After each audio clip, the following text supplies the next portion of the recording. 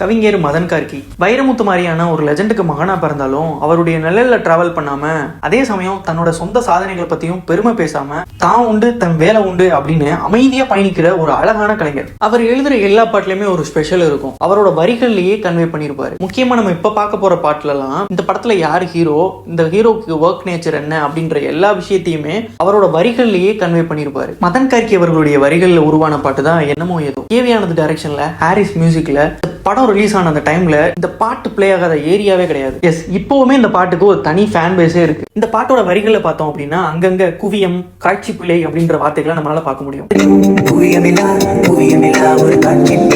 என்ன காரணம் அப்படின்னு கேட்டோம்னா, இந்த படத்தோட ஹீரோ ஜீவா வந்து ஒரு போட்டோகிராஃபர். ஸோ அவருடைய தாட்ஸ் எல்லாம் எப்படி இருக்கும் அப்படின்றத அவருடைய அழகான வரிகள்ல கன்வே பண்ணியிருப்பாரு. இந்த மாதிரி நீங்க நோட் பண்ண வரிகள் என்ன அப்படின்றத கமெண்ட்ல சொல்லுங்க. இந்த மாதிரி வீடியோஸ் தொடர்ந்து பார்க்கறதுக்கு தமிழ் மியூசிக் எடிட்ஸை மறக்காம ஃபாலோ பண்ணிக்கோங்க.